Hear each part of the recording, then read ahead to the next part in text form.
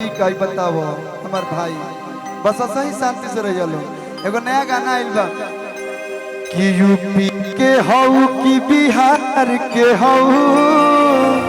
Hello आग लागे जनुआ के बोलिए से बात करे राई फला गोलिए से। तू इतना तन के जौन चलत तारू कुशीनगर में तारी जे घर हल बियाह शादी लगा फेंका कब करब? देखिए उम्र निकल गई के बाद बियाह ना होला। जल्दी कॉल आना देने बम गिरे वाला बा। बॉयफ्रेंड ऑयफ्रेंड है ना एकर बाड़ो सो तो हमनियो के एगो जान जइयो दांत के डॉक्टर हूँ। बताओ हम कुछ दिन पहले ही दांत निकलवाई नहीं कहले रहती तो हम दांत कहरे वाला से निकलवा देती। ना के मतलब हाँ होला ना ना ना ना ना ना छूटी तो छूटी बाकी लड़की पटावल ना हमनी के लड़कन के आदत है ये धन भला ही की दिल हमर टूटी तो टूटी। आओ जगल के लइकन के दिल टूटेला तो दारू पी के अपन जीवन बर्बाद कर लेला सो। हां का जने कोनो पुलो पर से कूदेला सो। लेकिन ई कुशीनगर ह को भैया ये धन भला ही ई दिल हमर टूटी टूटी तारा कनेक्शन टूटता। ये धन भला ही ई दिल हमर टूटी टूटी बाकी लड़की पटावल ना। ये मेरा था लेकिन आपके लिए एक लाइन गा दी कर एक लाइन बोल दी भैया। कोहमन पिया तारू पानी रानी ही गोरा तारू। शरीर के बनावट देखा तनी मैं बॉडी शेमिंग नहीं कर रहा। अरे क्या है हमारे बार बार धर के हिलावत हो कि कोहमन पिया तारू पानी रानी गोरा तारू। करा खातिर बा कि तहार भइल बा जवानी कटा हर की पिया हो बिना गोरा तारू। ये उम्र में है जवानी लेके ज्यादा दिन कुंवार ना रह जाला।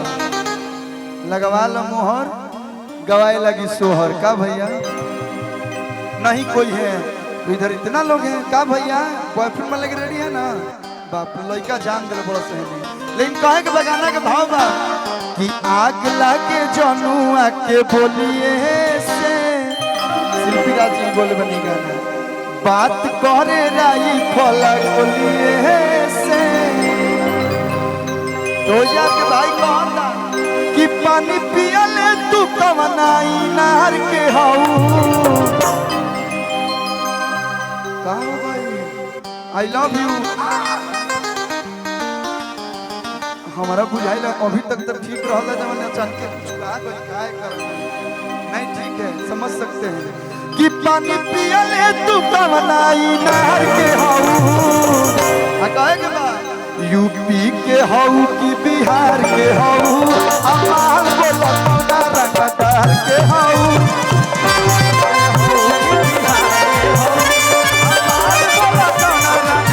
अरे यूपी के हऊ कि बिहार के हऊ कमाल बोला कौना रंगदार के हऊ।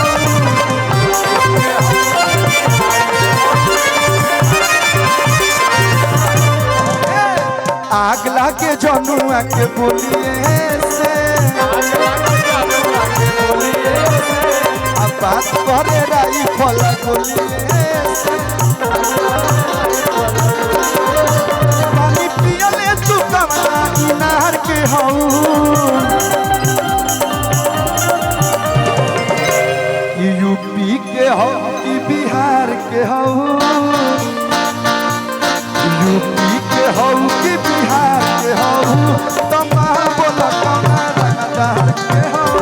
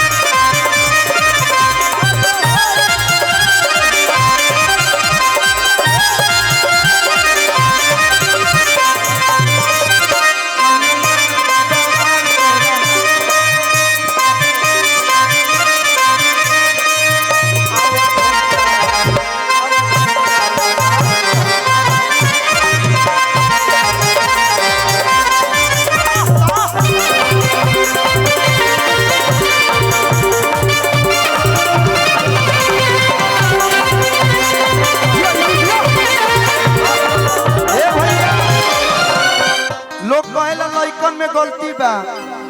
अब बताई ऐसे चलिए तो लइकन के का होई? लइकन में गलती बा भैया। ओढ़नी ले ले बालो, लेकिन ओढ़नी के कोनो काम हम और लड़कियों के नहीं, केवल ये लोग खातिर बोलत हन। अरे कि घूमता रू तू तार के डूबा कहियो ना कहियो तो चढ़ जाई टाटा, कहियो ना कहियो तो चढ़ जाई तो जे शिल्पी जी गोले बने गाना में जाते रहता रही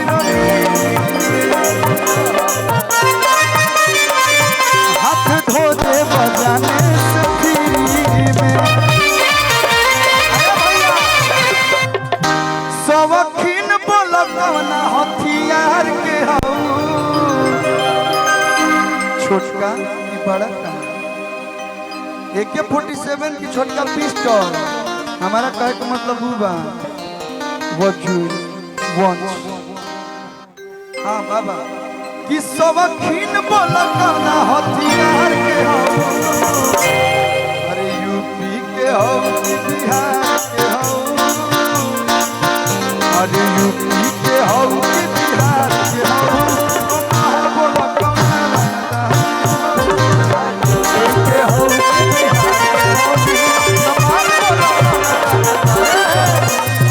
अगर कुशीनगर के लड़का से पूछल जाओ कि कहाँ घर हो, ते जाके लड़का कहले स कि उहे जिला हवे तोरा यार के, उहे जिला हवे तोरा यार के।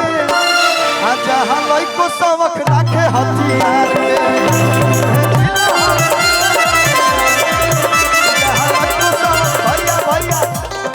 हम दबंगई वाला गाना ना गाए, लेकिन भैया लोग प्यार दे लोग तनी तनी बीच बीच में गावत रही ना। बहुत बहुत धन्यवाद। अब हम चाहूँ कि ये बा बहुत बहुत धन्यवाद कल्लू। एक जोरदार ताली कल्लू बाबू के नाम पे। ये रविराज दीपू भैया हैं। आपका गांव इधर है ना? ये बगले में गाँव बा। ये रविराज भैया हैं, बचपन से हमने के संगतिया हमें बड़ भाई हैं। दिल्ली लक्ष्मीनगर हमने के जाई जगाना गावे, हल्दीराम के दुकानी पर काजू कतरी खात रही जाए। तो हर पतरी कमर काजू कतली लगे। और उस समय से लेकिन अभी तक प्रेम बना है, प्रेम बना रहे, साथ बना रहे। एक बार कुशीनगर के धरती के लिए जोरदार ताली आप लोग बजा दीजिए। बहुत बहुत धन्यवाद। बहुत बहुत धन्यवाद कल्लू बाबू। सादर नंदन बंदन चंद अभिनंदन इस कनक चली समियाना में, चली समियाना आज तुम्हारे चलते चली समियाना में, चली समियाना आज तुम्हारे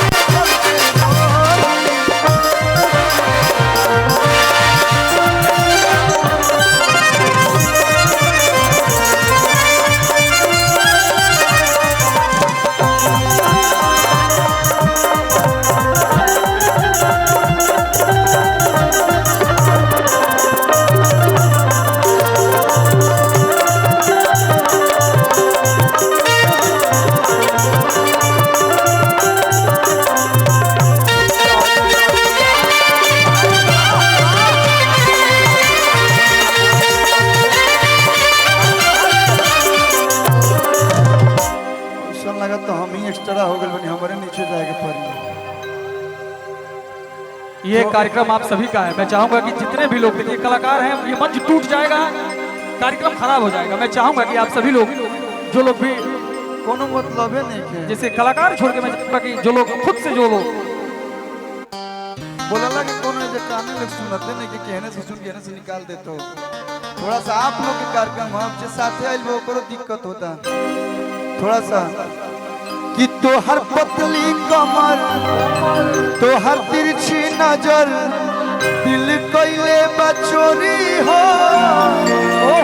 करी कजरा के धार लागे जान मार बड़ू रूप के कटोरी हो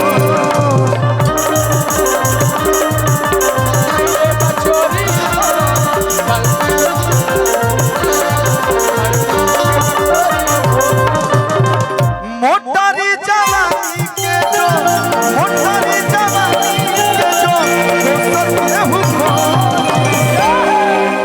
चली हई चली कुशीनगर में आज तोहरे चलते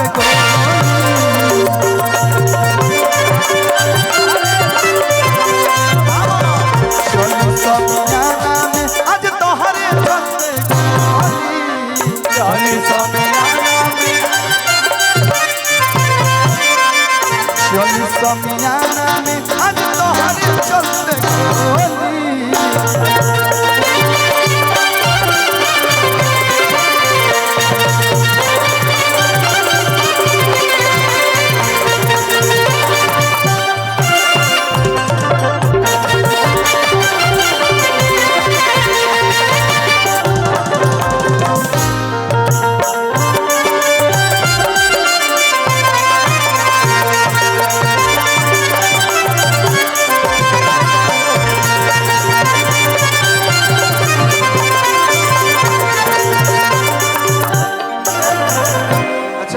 तो फिर से जोरदार ताली के साथ। और एगो नया गीत आई बा बोलू बाबू, एक आवश्यक सूचना है।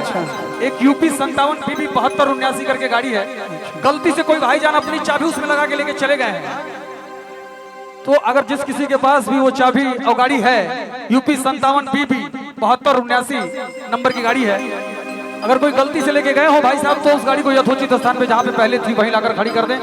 ये आप सबसे खास आग्रह है, सभी लोग अपने हैं, अतिथि हैं, यहाँ के लोग बहुत अच्छे हैं, बहुत अच्छे, हम नहीं जानते नहीं। अगर कोई लेके गया हो वो गलती से ही लेके गया होगा, जानबूझ के तो कोई लेके नहीं जाएगा। कुशीनगर जिला का बहुत अच्छा नाम है, बहुत शांति प्रिय लोग हैं। शांति को तो शांति होला, शांति होला, ये जो उल्टा समझ लो। एगो नया गाना